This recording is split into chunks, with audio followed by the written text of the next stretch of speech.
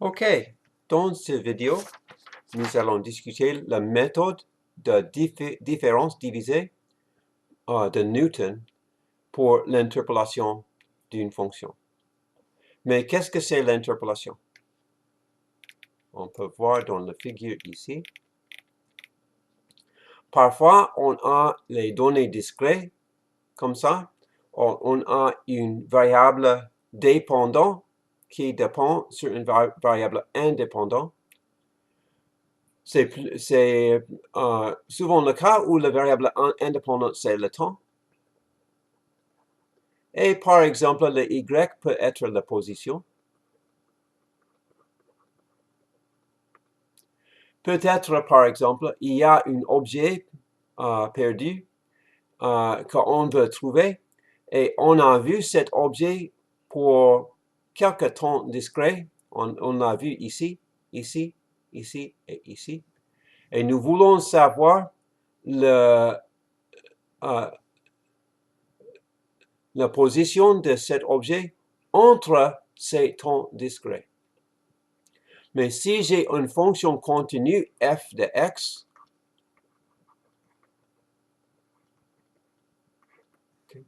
et je veux estimer la position à ce x ici, donc je peux évaluer la fonction f à cette valeur x, et ça me donne un estimat de la position de cet objet à cette valeur x. Donc, il y a plusieurs méthodes d'interpolation. Dans ce chapitre, nous discutons l'interpolation avec les polynômes. Il y a une autre section qui discute la formule de Lagrange, et c'est important à réaliser que c'est le même polynôme, c'est seulement une autre méthode pour calculer. La méthode de Newton pour calculer, c'est très convenable à implémenter dans l'ordinateur, surtout avec la feuille de calcul. Okay. Donc, quand on fait l'interpolation avec les polynômes, on a les polynômes des degrés différents. Si le degré de la polynôme c'est 1, on a le polynôme linéaire. Voir ici, ça x c'est la variable. La puissance la plus grande de x c'est 1, donc ça c'est linéaire. Et l'ordre de cette polynomial, de cette polynôme, ou bien le degré de cette polynôme, c'est égal à 1. Okay. Et on peut voir ici, ça c'est l'interpolation linéaire. Quand on a un polynôme à degré 1, la fonction c'est une ligne.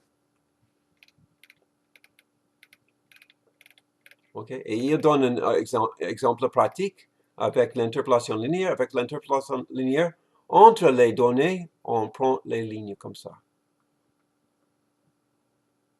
Et pour quelques applications, c'est bien. Mais si on veut une courbe qui est plus proche, on peut employer une méthode avec le degré plus élevé. Voir ici, on a une fonction qui est une fonction de x, et ici, quand on fait cette multiplication, on a le x et le x, ça c'est un facteur qui dépend sur le x carré.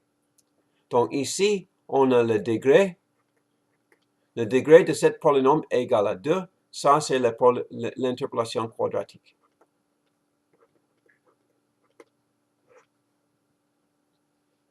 Okay. On peut voir cette formule ici. Okay. Le polynôme a cette forme ici, c'est une constante plus un coefficient fois un terme linéaire, plus un autre coefficient fois un terme quadratique. Et les coefficients ont la forme comme ça. Voir le coefficient ici. Ça, on dit que ça, c'est une différence divisée. on a la différence entre les valeurs de la fonction et la différence entre les abscisses. Okay? On peut dire que ça, c'est une dérivée approximée. Ça, c'est une approximation pour une dérivée. Pour le deuxième coefficient ici, on peut voir une différence divisée des différences divisées. Donc ça, c'est une différence divisée des différences divisées. Ça, c'est une approximation pour le deuxième dérivé.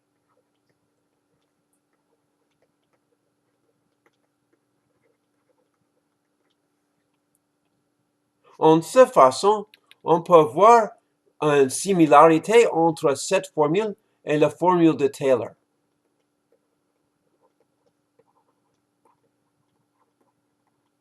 Pour la formule de Taylor, on a f de x égale à fx0 plus f' de x0 fois x moins x0 plus f' x0 sur 2 fois x moins x0 carré plus point. Okay. Voir la similarité. On a le terme qui est la valeur de la fonction. On a ici la différence divisée. On a ici la dérivée. Mais comme j'ai dit, ça c'est une approximation pour la dérivée. On a ici la différence divisée d'une différence divisée. Ça c'est une approximation pour le deuxième dérivé. Et voir ici le deuxième dérivé. Il y a des petites différences ici, mais quand la différence entre le x0, x1, x2 devient de plus en plus petit, en effet, la formule de différence divisée devient la formule de Taylor.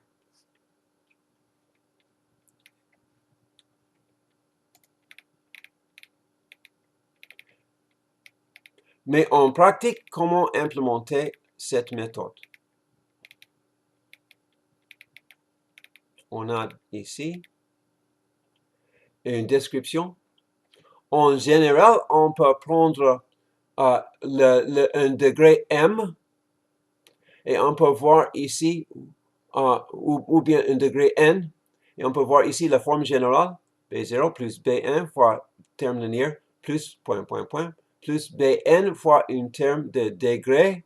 Le degré ici c'est n. Okay. Ça c'est général. On a les points x0 jusqu'à xn. Ça c'est n plus 1 point. Donc, on a le degré n avec n plus 1 point. Et comme j'ai dit, cet polynôme de degré n entre n plus 1 point, c'est le même polynôme qu'on trouve avec la méthode de Lagrange. Il y a un polynôme unique d'interpolation de degré n si on veut interpoler n plus 1 point. OK? Pour trouver cette formule, il faut seulement trouver les coefficients B1, 0 jusqu'au Bn. Et les formules sont ici. Et comme nous avons dit, nous commençons avec les valeurs de la fonction. Après, on a une différence divisée des fonctions. Ici, on a la différence divisée des différences divisées. Et il y a la formule itérative pour les B, comme ça. Le Bm, c'est une différence divisée des différences divisées précédentes. Et dans l'autre vidéo, on va implémenter ça. Donc, dans ce diagramme, c'est un peu clair. Quand on prend les valeurs de x et les valeurs de f, ça c'est le premier coefficient. Avec ces deux coefficients, on calcule cet coefficient et ça c'est la valeur de B1. Avec ces deux valeurs, on peut calculer cette coefficient et ça, c'est la valeur de B2. Avec ces deux valeurs, on peut calculer cette valeur et ça, c'est le coefficient B3. OK? Comme j'ai dit dans l'autre vidéo, on va voir comment implémenter cet processus, mais pour maintenant, c'est fini.